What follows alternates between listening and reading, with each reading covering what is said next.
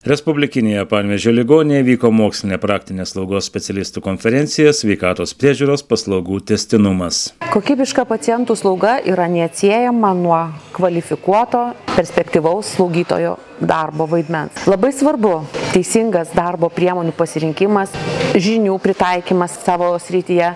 Todėl ši konferencija leido suburti didelį būrį slaugytojų vienoje vietoje ir dar kartą pritaikyti savo žinias, įgūdžius būtent slaugoje. Konferencija skirta visų specializacijų bendros praktikos slaugytojams ir jos metu specialistai skaitė paskaitas aktualiais medicinos darbuotojams klausimais.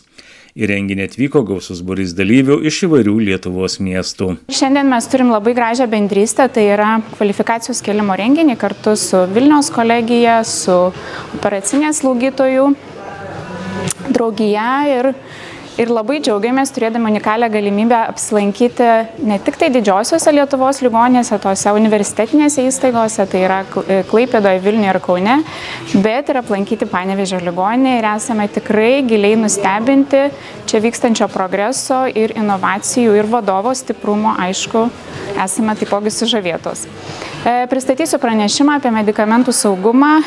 Šitame renginėje taipogi labai daug kalbama apie pacientų ir personalo saugumą, tai mano pranešimo tikslas paminėti pagrindinius akcentus, ką mes galime padaryti, kad nesuklysti dirbant su medikamentais. Čia šiandien susirinkom į labai gražią konferenciją, labai nuostabioje aplinkoje, nuostabi konferencija. Labai patiko pranešimai, o ypatingiausią siurprizą mums padarė direktorius.